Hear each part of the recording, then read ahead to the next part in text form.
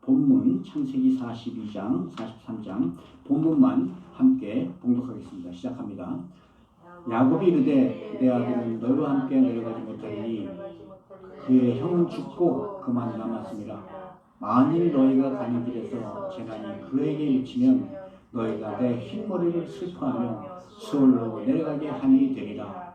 그 땅에 기근이 심하고 그들이 애굽에서 가져온 곡식을 다 먹음에 그 아버지가 그들에게 이르되 다시 가서 우리를 위하여 양식을 조금 사오라. 우즈아가 아버지에게 말하여 이르되 그 사람이 우리에게 엄히 경고하여 이르되 너희 아우가 너희와 함께 오지 아니하면 너희가 내 얼굴을 보지 못하리라 하였으니. 아멘. 아멘. 오늘은 야곱의 아들들에 관한 말씀이에요.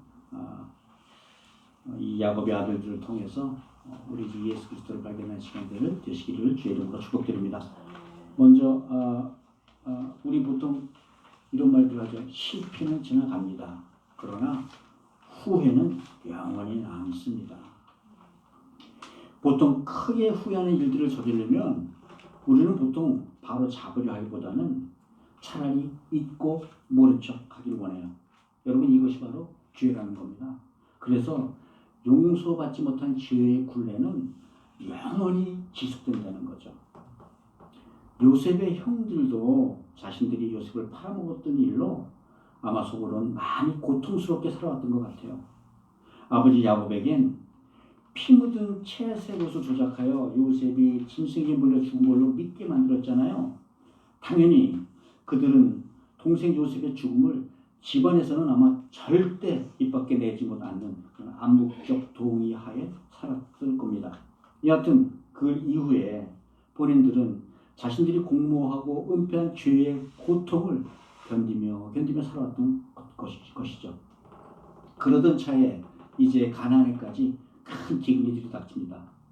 근데 특이한 점은 기근과 함께 다시 야곱이 등장해요. 여지껏 쭉 요셉의 얘기가 나왔었는데 왜 야곱의 얘기가 등장할까요? 바로 37장에 보면 이 이야기는 야곱의 족보이니라 라고 말씀 시작하죠. 야곱의 가족의 이야기이기 때문에 그렇습니다. 바로 이 기근이 7년의 풍년과 7년의 흉년 끝의 기근으로 전대미문의 기근이었으려 믿어져요. 이때 지구상의 식량을 구할 수 있는 곳은 애굽뿐이 없었다고 역사책이 그렇게 기록하고 있어요. 이에 야곱은 아들 10명을 불러서 애굽으로 식량을 사러 보냅니다. 그런데 베냐민만 빠져 있어요. 애굽까지 가는 약 400km의 그 위험한 여정에서 해를 입을까봐 특별히 베냐민만 뺀 거죠. 야곱은 이제 요셉을 사랑했듯이 요셉의 친동생이자 사랑하던 라헬의 마지막 피부지 베냐민에 집착하고 있는 것이죠. 이럭저럭 애굽에 도착한 그 10아들은 애굽 총리 요셉에게 양식을 사기 위해 그 앞에 엎드립니다. 이제 요셉의 눈앞에는 23년 전에 자기를 죽이려 했던 형들이 엎드려 있는 광경이 보이는 거죠. 펼쳐진 거죠. 요셉은 한눈에 형들을 알아봤지만 형들은 어린 나이에 헤어진 요셉 동생을 알아보지 못했어요. 더구나 형들은 요셉이 이 외국의 애굽이란 대제국의 총리가 돼서 자기들 앞에 나타나려고는 꿈에도 생각하지 못했었겠죠. 애굽 총리 앞에서 절하고 있는 형들을 바라보는 요셉에는 어떤 마음이 들었겠습니까? 어려서 창세기 31장 7절에서 나타난 그 꿈이 기억에 떠올랐을 겁니다. 우리가 밭에서 곡식단을 묻더니 내 단이 일어서고 당신의 단은 내 단을 둘러서서 절을 하더이다. 아마 이 순간 요셉은 하나님은 당신의 뜻을 이루시는 분이라는 그 전율을 느끼면서 이 자리에 있지 않았겠어요?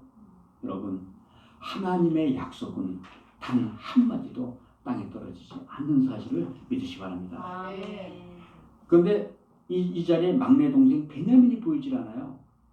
그래서 요셉은 이들을 정탐꾼으로 몰아 옥에 툭 씁니다. 사흘 후에 자기의 결백을 증명하려면 막내를 데리고 와라 라고 판결을 하면서 대신 둘째 시몬을 결박해요. 그리고 요셉은 형들의 곡식 부대 곡식을 채우고 함께 그 지불했던 돈까지 몰래 같이 넣어서 형들을 방면해요. 집에 돌아간 아들들은 그간의 상황을 아버지 야곱에게 자세히 설명하죠. 그리고 이제 다시 베냐민과 돌아가야 되겠습니다라고 청합니다. 그런데 사실 아들들의 이 보고는 매우 선택적이었어요. 자기들이 감옥에 갇혔다는 이야기나 베냐민과 함께 다시 오지 않으면 모두 죽일지도 모른다는 그런 위험한 얘기는 입밖에 꺼내질 않아요. 지난 이야기를 자세히 설명하다 보면 아버지가 더욱더 베냐민을 이 길에 보내지 않을 것을 알았기 때문이죠. 그런데 곡식 자루를 풀다 보니까 그 속에서 가져갔던 돈뭉치들이 그냥 그대로 나오는 거예요. 이에 야곱은 펄쩍 뛰죠. 아, 이 아들들에게 무슨 음모가 있구나. 그리고 오늘 본문 42장 38절에서 야곱은 베냐민을 보내기보다는 차라리 내게 죽겠다라는 그런 말을 아들들에게 하는 겁니다. 이제 기어이 그 어두웠던 마지막 식량도 바닥이 나고 기근은 날로 더 심해갔습니다. 다시 결단해야 될 시간이 온 거죠. 이에 아들들은 동생 베냐민과 함께 애굽에 가서 식량을 구해올 수 있도록 아버지를 설득해 나가요. 오늘은 아버지 야곱을 설득하는 이 아들들을 통해서 하나님 주시는 말씀을 함께 생각하도록 하겠습니다. 첫째, 루벤의 양심에 관한 문제예요. 다시 야곱의 아들들이 애굽 총리로부터 정탐꾼으로 몰려 재판받던 그 광경으로 뒤돌아가 보면 베냐민을 다시 데리고 오지 않으면 죽이겠다는 애굽 총리의 판결에 대해 형들은 큰 공포심을 느끼죠. 그런데 이 두려움 앞에서 갑자기 형제들은 서로 이런 말들을 나눠요. 그들이 말하되 우리가 아우엘로 말미암아 범죄하였도다. 그가 우리에게 액을 할 때 그 마음의 괴로움을 보고도 듣지 아니하였으므로 이 괴로움이 우리에게 임하는도다. 근데 사실 요셉은 이 심판을 앞서서 통역을 하나 세워가지고요. 자기들 이 형제들이 하는 말을 모르는 척하고 그 이야기를 다시 듣고 있었습니다. 먼저 형제들은 왜 이 자리에서 그 사이 모른 척하고 지냈던 이 이야기, 요셉 이야기를 다시 꺼냈을까요? 여러분, 우리는 보통 듣고 싶은 말만 듣고 하고 싶은 생각만 합니다. 이게 바로 죄의 뿌리잖아요. 죄는 끊임없이 이렇게 자기 합리화를 하면서 살아가요. 자기가 죄인이라는 사실을 구태여 애써 잊으려 한다는 거예요. 죄의 문제를 해결하기보다는 죄의 문제를 당면하면 잊고 사는 게, 피하는 게 훨씬 편하다고 여기기 때문이죠. 그러다가 언제쯤에 자기 죄가 기억이 나냐고요? 예, 형들은 자신들이 갑자기 옥에 갇힐 처지게 돌아가자 애타게 그 구덩이 속에서 호소하던 요셉의 눈동자가 생각이 났던 거예요. 23년 전 요셉에게 저질렀던 자기들의 죄악이 다시 생생하게 기억이 난 겁니다. 자기들은 설마 자기들이 이렇게 비슷한 문제로 죽게 될 줄은 꿈에도 생각하지 못했기 때문에 이 죄가 더욱더 생생하게 다가왔던 것이죠. 여러분, 요셉이 불쌍해서 요셉의 불쌍한 모습이 다가왔을까요? 아니면 죄가 더 생생하게 다가왔을까요? 우리 빛바랜 사진들 본 적이 있죠? 사진이나 기억이나 시간이 많이 지나면 뭔지 흐릿해져요. 그런데 아무리 시간이 지났어도 절대로 지워지지 않는 것이 하나 있습니다. 이것이 바로 죄라는 거예요. 오히려 숨기면 숨길수록 그 기억들은 어느 순간에 핏빛같이 선명하게 생생하게 되살아난다는 거예요. 사람들은 보통 이를 양심이라고 부르죠. 이 양심은 우리의 죄를 책망하긴 하지만 우리의 죄를 씻어주지는 못하잖아요. 여러분, 누가복음 23장에 보면 예수님의 십자가 좌우에 달린 두 죄인들 기억하시죠? 그중 한 죄인은 양심의 소리를 냅니다. 우리는 우리가 행한 일에 상당한 보응을 받았느니라. 양심에 따른 인간의 이성은 죄에 대한 벌을 요구한다는 거예요. 반면에 다른 죄수, 상한 양심, 화인 맞은 양심의 소리도 들리죠. 내가 하나님이면 너와 우리를 한번 구해보아라. 원래 양심, 컨셔스라는 말은 히라버 사이언스에서 나왔어요. 양심 지식이라는 말이죠. 그래서 시대나 풍습에 따라 이 양심은 지식은 변해 나갑니다. 그래서 죄를 판단하는 양심 역시 그 기준 역시 변해 나간다는 거예요. 그러면 인간의 죄와 벌에 대해서 절대로 변하지 않는 기준은 무엇일까요? 하나님만이 모든 지식을 하는 완전한 분이시잖아요. 그래서 하나님만이 이 양심이라는 지식의 기준이 된다는 거예요. 그래서 디모데 후절에 가면 이렇게 말합니다. 그리스도인들은 깨끗한 양심에 믿음의 비밀을 가진 자, 즉 양심은 믿음을 담는 그릇이라는 말씀이에요. 양심이나 믿음이나 모두 하나님을 아는 지식에 근거한다는 겁니다. 그래서 하나님은 우리에게 성령님을 보내주셔서 참 하나님과 그가 보내신 자 예수 그리스도를 아는 지식을 가지게 함으로써 우리 인간의 죄 문제를 해결해 주셨다는 거예요. 그러므로 선한 양심은 우리가 죄인을 알려주고 고발하는 율법의 역할을 한다면 오직 성령님만이 우리 사람들의 죄와 의와 심판에 대한 지식을 알게 하시고 우리 죄를 용서하시고 씻어주시는 줄 믿으시기 바랍니다. 그러면 큰아들 루벤은 이 죄 문제를 대면하면서 이 죄 문제를 어떻게 생각하고 있었느냐 하는 거죠. 사실 루벤은 애초부터 동생 요셉을 죽일 마음이 하나도 없었어요. 양심은 있었던 것이죠. 23년 전 멀리서 채색 옷을 입고 자기 형들한테 다가오는 요셉을 바라보면서 다른 형들은 그를 죽이기로 모의하지만 르우벤은 요셉을 아버지에게 돌려보낼 요량으로 동생들 향해 이렇게 얘기를 합니다. 그저 요셉을 웅덩이에 던져놓고 그에게는 피를 흘리지 말도록 하라. 그런데 동생들은 형의 말을 다 무시해요. 이미 형은 아버지 야곱의 첫 빌하와 동침함으로 이미 장자의 고난을 뺏겨버렸었거든요. 후에 뒤늦게 요셉이 노예에 팔려간 것을 안 루벤은 그 광경을 보며 이렇게 한탄합니다. 아버지께 가서 뭔 말을 해야 될꼬. 그러면서 루벤은 동생이 만든 요셉이 짐승들에 잡혀먹었다는 그 시나리오에 동참해요. 그러던 루벤이 재판 중에서 동생들의 양심의 소리를 듣자 이렇게 반응합니다. 르벤이 그들에게 대답하여 이르되 내가 너희에게 그 아이에 대하여 죄를 짓지 말라고 하지 아니하였더냐. 그래도 너희가 듣지 아니하였느니라. 그러므로 그 죄의 핏값을 치르게 되었다. 자기는 빠져있잖아요. 그러나 사실 르벤도 자기가 원치 않았어도 이 범죄의 동주자가 되었던 것은 틀림없는 사실이잖아요. 그리고 이젠 동생들에게 모든 죄를 전가시키고 자기는 해방되어 나가는 거죠.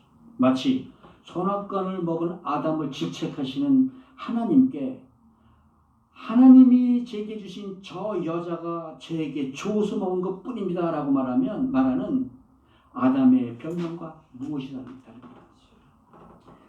자신의 죄를 인정하지 못하는 이런 마음은 후에 베냐민을 애굽으로 데려가려고 아버지 설득하는 오늘의 말씀에서도 다시 나타납니다. 루벤이 그의 아버지에게 말하 이르되 내가 그를 아버지께로 데려오지 아니하거든 내 두 아들을 죽이소서 그를 내 손에 맡기소서 내가 그를 아버지께로 데리고 오리라. 갑자기 두 아들 얘기가 나왔어요. 여러분 루벤의 이런 만유에 가까운 말에 누가 설득을 당하겠습니까? 얼핏 들으면 정말 용기 있고 아버지의 속마음을 헤아리는 그런 효자 말처럼 들리지만 사실 이해가 안 가는 말이죠. 왜 자기들의 일에 자기 자식들 손자들의 목숨까지 겁니까? 가족이 목숨 걸고 내게 하는 것입니까? 루벤은 모든 일의 책임을 여기서도 남들한테 돌리고 있는 거예요.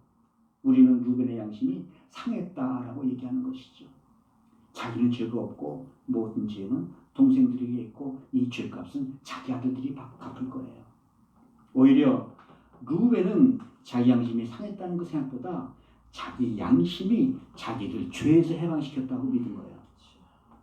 야곱의 아들들의 죄는 이제 그 손자대까지 내려가면서 온 집안을 헤집어 놓는 그 지경까지 이르렀죠.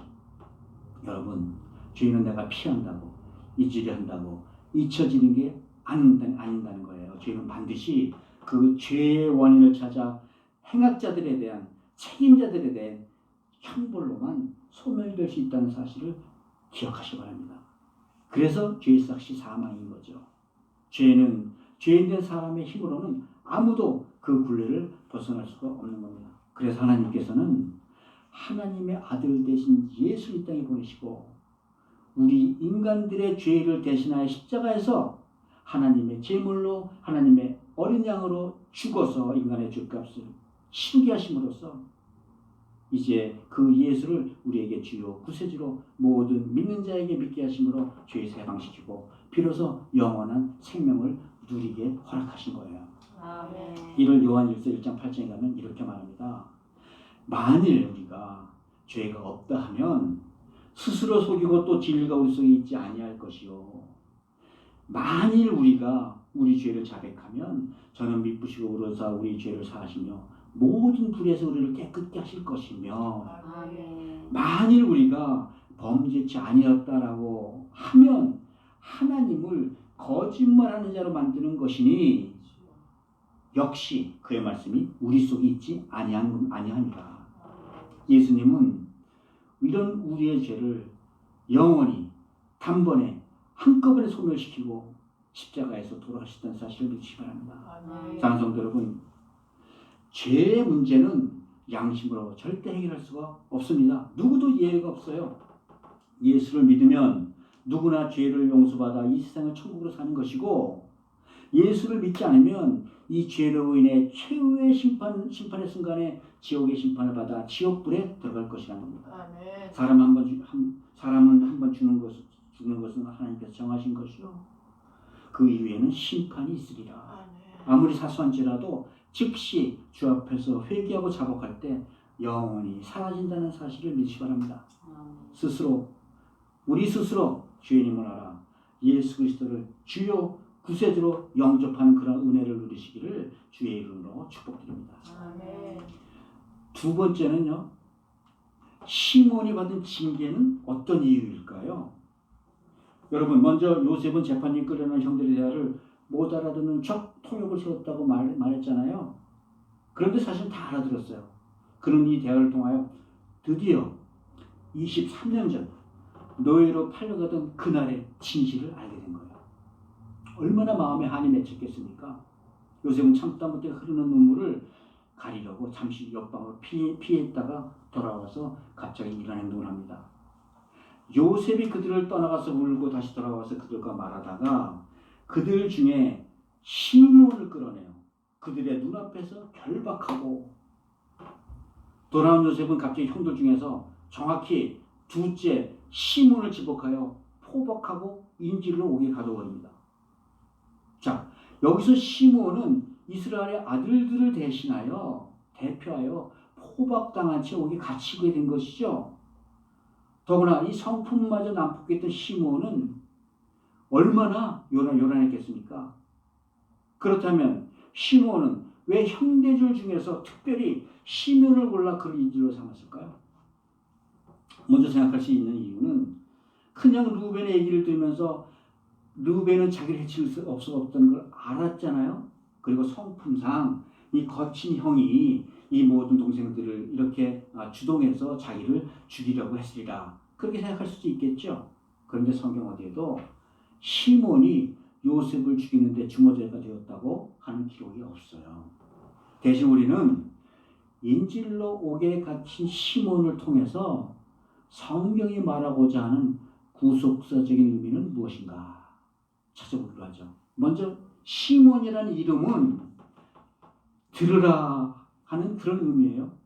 남편 야곱의 무관심 속에서 둘째 시몬을 낳은 레아는 하나님께서 남편에게 사랑받지 못했던 자기의 처지를 들으시고 불쌍히 여기서 그 보답으로 이 아들을 주셨다고 해서 그런 의미로 지은 이름이에요. 하나님께서 들으셨다.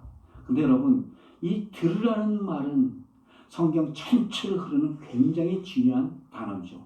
핵심적인 단어죠. 하나님의 말씀을 듣는 자는 살 것이고 하나님의 말씀을 듣지 못하는 자는 죽을 것이라는 게 바로 성경 전체 흐르는 그 뜻 아닙니까? 아담으로부터 인류 종말까지 계속해서 인간은 전능자 하나님의 말씀을 듣지 않으면 살 수 없는 존재라는 것이죠. 그래서 로마서 10장 17절에서 이렇게 말하죠. 그러므로 믿음은 들음에서 나고 들음은 그리스도의 말씀으로 말미암음이었느니라. 무엇을 들으라고요? 하나님 말씀을 들으라는 거죠. 그리스도 예수의 말씀을 들으라는 거죠. 그런데 정확히 말하자면 타락한 인간은 아무도 하나님의 말씀을 들을 수 있는 능력이 애초부터 없었습니다. 먼저 하나님의 말씀을 듣기 위해서는 성령님의 도움이 꼭 필요하다는 의미예요. 우리도 하나님께서 보내주신 보혜사 성령님의 말씀으로 십자가 복음을 듣고 믿어서 이제 구원에까지 이른 것이잖아요. 예수님께서 요한복음 14장에서 26절에서 이런 말씀하시죠. 보혜사 곧 아버지께서 내 이름으로 보내신 성령 그가 너에게 모든 것을 가르치고 내가 너에게 말한 모든 것을 생각나게 할 것이니라. 그래서 만일 여러분들이 그리스도 십자가 복음을 아직도 듣지 못했다면 여러분들은 믿음도 없는 것이고 여러분들은 구원도 없는 것이에요. 그렇다면 하나님의 말씀을 들어야 할 이스라엘의 영적인 귀가 결박되어 옥에 갇혔다는 얘기잖아요. 그러면 이스라엘을 대표하는 시몬이 이 말씀을 다시 듣기 위해서는 무슨 일이 일어나야 한다는 거예요? 시몬의 포박이 벗겨져야 되겠죠. 그런데 포박은 동생 베냐민이 와야만 벗을 수가 있지 않습니까? 이는 마치 이 땅에 오신 예수님이 승천하신 후에 성령님이 다시 오시는 것을 의미한다는 거예요. 십자가 복음을 듣게 하여 포박을 벗게 하시는 이 성령님의 역사로 말미암아 우리가 구원을 얻은 줄 믿으시기 바랍니다. 그래서 요셉에 의하여 시몬이 포박되었다는 의미는 이제 이스라엘은 복음을 듣지 못하게 되었다는 의미예요. 이게 이사야서 선지자는 6장 9절에서 이렇게 예언하죠. 여호와께서 이르시되 가서 이 백성에 이르기를 너희가 듣기는 들어도 깨닫지 못할 것이요 보기는 보아도 알지 못하리라. 하나님께서는 영적인 귀머거리 이스라엘을 위해 우리 주 예수 그리스도를 보내주신 줄 믿으시기 바랍니다. 2000년 후에 그리스도께서 결국은 귀머거리 유대민족의 결박을 풀어주시려고 이 땅에 오시는 거예요. 그러나 유대인들은 그때까지도 예수님의 말씀을 들을 수 있는 귀가 없었어요. 예수님은 이사야 예언을 이용해서 마태복음 13장에서 이렇게 제자들에게 말씀하시죠. 귀 있는 자들은 들을지어다 이르시되 천국의 복음을 하는 것이 너에게는 허락되었으나 그들 이스라엘에게는 허락되지 아니하였으니 무릇 있는 자는 받아 넉넉하게 되되 없는 자는 그 있는 것도 빼앗기리라. 그러므로 내가 이스라엘에게 비유로 말하는 것들을 그들은 보아도 보지 못하고 들어도 깨닫지 못하니라. 이사야의 예언이 그들에게 이루어졌으니 유대 백성들은 하나님의 말씀된 천국의 비밀 그리스도의 복음을 왜 듣지 못했다는 거예요? 아직 시간적으로 그리스도께서 십자가에서 돌아가시지도 않았어요. 성령님까지 오지 않으셨다는 거예요. 즉 오순절 성령 강림 전까지는 이스라엘 백성들에게는 십자가의 복음을 들을 수 있는 귀가 주어지지 않았다는 말씀입니다. 만일 이스라엘에게 들을 귀가 있었다면 구태여 구주 대신 우리 주님께서 십자가에서 죽으실 필요도 없지요. 만일 죽으시지 않으셨다면 우리들의 죄의 구원, 이 대속적인 주 이방인들의 구원은 없었을 거 아닙니까? 그래서 복음을 들을 수 있는 귀는 오히려 유대 백성들이 아니라 이방인들에게서 나타나기 시작했다는 겁니다. 사도 바울이 사도행전에서 28장에서 이렇게 고백해요. 성령이 선지자 이사야를 통하여 너희 조상에게 말씀하신 것이 옳도다.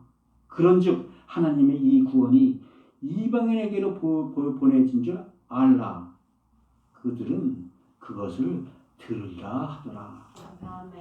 이제 성령님의 역사로 이방인들에게 천국의 복음을 들을 수 있는 귀가 열렸다는 사실을 기억하시기 바라요. 여러분, 시몬은 온 이스라엘 이스라엘을 대표하여 옥에 갇히고 포박을 당했습니다. 그는 들으라 시몬이라는 이런 좋은 이름을 가지고도 하나님의 말씀을 듣지 못하던 영적 귀목을 이루고 살았기 때문이에요. 그렇다면 여러분들은 어떤 이름을 가지고 계십니까? 성령은 계시록 2장 7절에서 우리 교회들에게 이렇게 선포하세요. 귀 있는 자는 성령이 교회에 하시는 말씀을 들을지어다.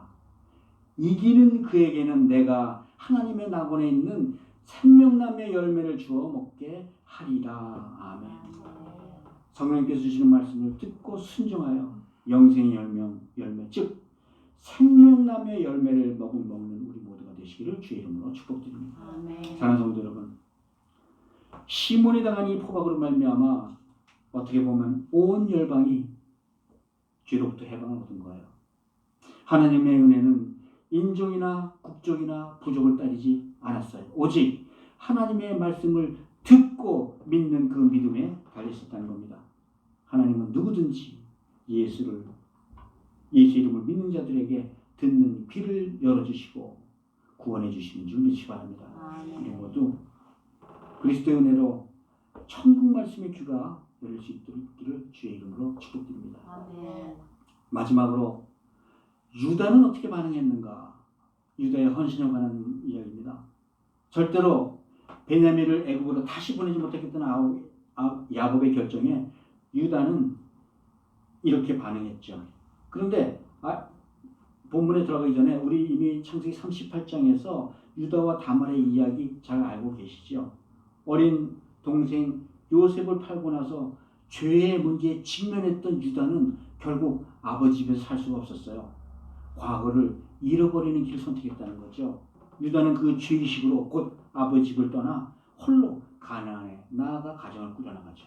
거기서 가나안 여자 수아를 만나 가정을 꾸렸지만 막내 아들 하나만 남겨놓고 모두 죽게 됩니다.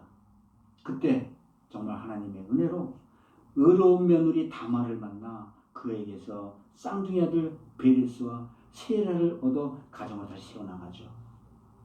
때마침 불어닥친 흉년 20수년 만에 결국은 유다도 아버지 야곱의 집으로 급히 돌아가서 아버지를 모시는 거죠. 그러던 중에 애굽의 신앙을 살아갔던 첫 번째 일의 결과가 별로 좋지 않았잖아요. 시몬이 볼모로 잡혔고 아버지 야곱에게는 베냐민을 다시 잃을 수 있겠다는 그런 공포감을 시키게 줬잖아요. 그러나 양식님이 다 떨어졌고 원치 않든 원하든 애굽에 다시 돌아가 양식을 구해야 할 처지에 이제 몰려버린 거죠. 이제 야곱은 오늘 본문 43장 2절에서 이렇게 얘기해요. 아버지는 아들에게 다시 양식을 사오라고 독촉을 하죠. 그런데 이번에는 아무도 나올 수가 없었어요. 베냐민 없이 애굽에 가서 총리를 만나는 건 곧 죽음이잖아요. 이때 넷째 아들인 유다가 아버지 앞에 나오면서 창세기 43장 8절 10절을 보면 이렇게 얘기해요. 아버지, 다시 애굽에서 양식을 구하라는 말씀은 옳습니다만 베냐민을 데려가지 않으면 애굽 총리가 양식은커녕 우리 모두를 정탐꾼으로 모아 해야 할 터인데 어찌 저희가 그냥 갈 수가 있겠습니까?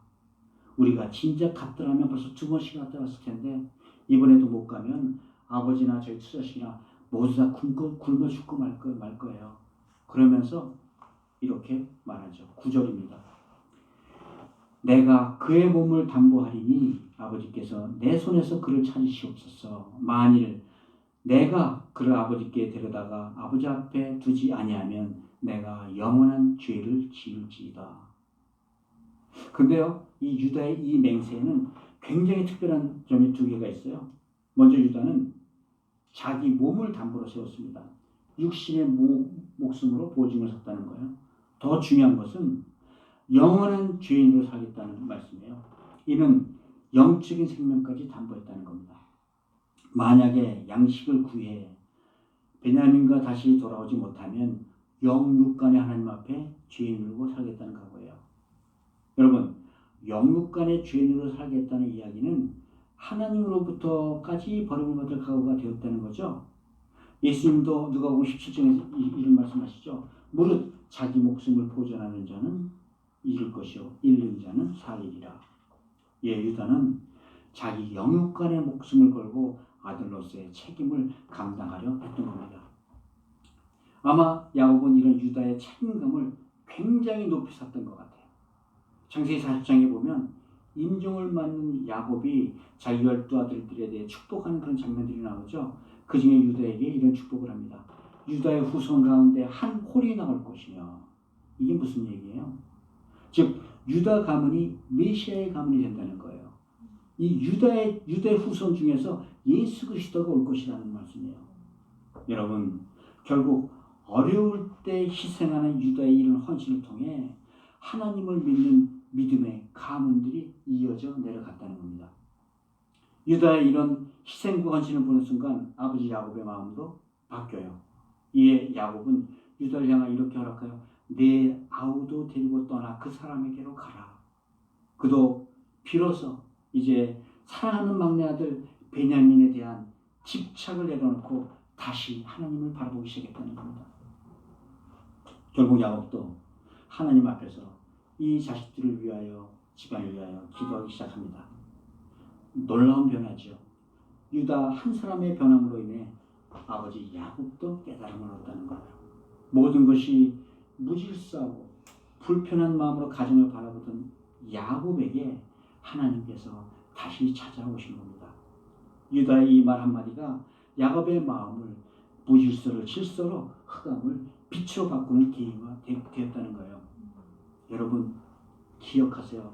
그래서 가정의 회복은 절대적으로 신앙의 회복으로부터 시작된다는 것을 기억하시기 바랍니다. 우리 교회도 마찬가지예요. 한 사람의 회심이 우리 모두 전체를 회심하게 만든 그런 경우들 많이 보시지 않았어요? 오직 하나님의 이름을 부르기 시작할 때 우리 인생의 흑암에서 빛으로 들어오기 시작한다는 겁니다. 여러분, 이 한 가정도, 한 교회도 한 사람의 변화로 인하여 온 가족의 구원이 시작된다는 것을 기억하시기 바랍니다. 한 생명을 소중히 여기게 된 이유가 바로 여기에 있는 거예요. 우리가 가정이나 교회나 국가나 어려운 문제를 놓고 함께 하나님의 이름을 부르면서 기도하기 시작할 때, 그때부터 하나님께서는 우리가 가지고 있는 모든 어려움과 함께 우리의 믿음도 함께 회복시켜 주시는 줄 믿습니다. 하나님의 이름에 반응하기 시작한 야곱은 이에 14절에서 아주 이런 유명한 고백을 합니다. 전능하신 하나님께서 그 사람 앞에서 너에게 은혜를 베푸사 그 사람으로 너희 다른 형제와 베냐민을 돌려보내게 하시기를 원하노라. 내가 자식을 잃게 되면 이르리라. 이 자식이 누굽니까? 베냐민이잖아요. 그 사람이 누굽니까? 애굽 총리잖아요. 베냐민만을 껴안고 신주 모시듯이 살던 이 야곱이 드디어 베냐민까지 마저 품에서 내려놓기 시작한 겁니다. 내가 세상에서 가장 귀하게 여기는 것들, 내가 인간적으로 가장 좋아하는 것들 다 포기하고 내 안에 정과 욕심을 내려놓을 때 하나님의 은혜가 임하시는 줄 믿으시기 바랍니다. 사랑하는 성도 여러분, 그래서 어떻게 보면 이것이 바로 포기하는 이것이 바로 신앙이라는 거예요. 유다가 자기 목숨을 포기했을 때 아버지 야곱도 자기의 정과 욕심에서 해방되기 시작하는 거예요. 하나님께서 죽음까지도 온전히 하나님께 맡길 줄 아는 이런 믿음의 헌신을 높게 평가하고 계시는 줄 기억하시기 바랍니다. 가정이나 교회에서나 이런 믿음의 헌신으로 하나님께 한 발짝 더 다가갈 수 있는 우리 모두가 되시기를 주의 이름으로 축복드립니다. 이제 말씀을 맺죠. 요새도 그런지 모르지만 아주 오래전에는요, 목욕탕에 가면 그 카운터에 이런 말이 써있죠. 귀중품은 카운터에 맡기세요. 맡기지 않는 것은 책임질 수 없습니다. 주인 백. 전 어렸을 때 주인이 좀 백신 줄 알았어요. 무슨 백신이 이렇게 많나? 예, 여러분, 주인에게 맡긴 것만 주인이 책임져 주십니다. 맡기지 않은 건 주인이 책임 안 져요. 그러면 여러분들이 가장 아니면 귀중하다 생각하는 것들을 누구에게 맡기셨습니까? 은행 공고에? 침대 밑에? 할 수 없이 내가 가지고 있다고요? 야곱도 그랬어요. 이 사랑하던 라헬의 피부지들 요셉과 베냐민을 사실은 누구에게도 맡길 수가 없었던 겁니다. 그랬더니만 이런 집착으로 인해 이 하나님의 약속의 집안에도 죄가 범람하기 시작했던 겁니다. 여러분, 우리는 우리 인생의 주인 대신 하나님께 모두 맡기시길 바랍니다. 아멘. 그러면 하나님께서 모두 책임져 주실 것입니다. 아멘. 사실 우리 죄인들은 무언가 책임질 수 있는 위치에 있을 정도로 그런 능력 있는 존재가 되지 못한다는 거예요. 자기가 죄인임을 안다는 것, 이것이 바로 믿음의 시작일 줄 믿습니다. 아멘. 그래서 시편 기자는 시편에서 이렇게 얘기하는 거예요. 너의 길을 여호와께 맡겨라. 저를 의지하면 저가 이루시고 내 의를 빛같이 나타나셔 내 공의를 정오하게 빛같이 하시리라. 아멘. 믿음의 시련을 통해 하지만 우리의 믿음도 우리의 미래도 정금같이 세워질 줄 믿습니다. 아멘. 그런 성도 여러분, 그래서 시련이라는 건 우리의 시선을 하나님께 돌리게 하는 하나님의 도구예요. 시련으로 야곱의 가정이 이렇게 이스라엘로 다시 세워져 가듯이 우리 역시 시련을 통해 우리의 믿음도 세워가신다는 걸 기억하시기 바랍니다. 아멘. 아무리 어려운 시련을 겪다 하더라도 범사를 하나님께 온전히 맡기고 순종함으로 형통케 하시는 하나님의 섭리, 하나님의 은혜를 누리는 복된 성도들이 다 되실 줄 우리 주 예수 그리스도 이름으로 축복드립니다.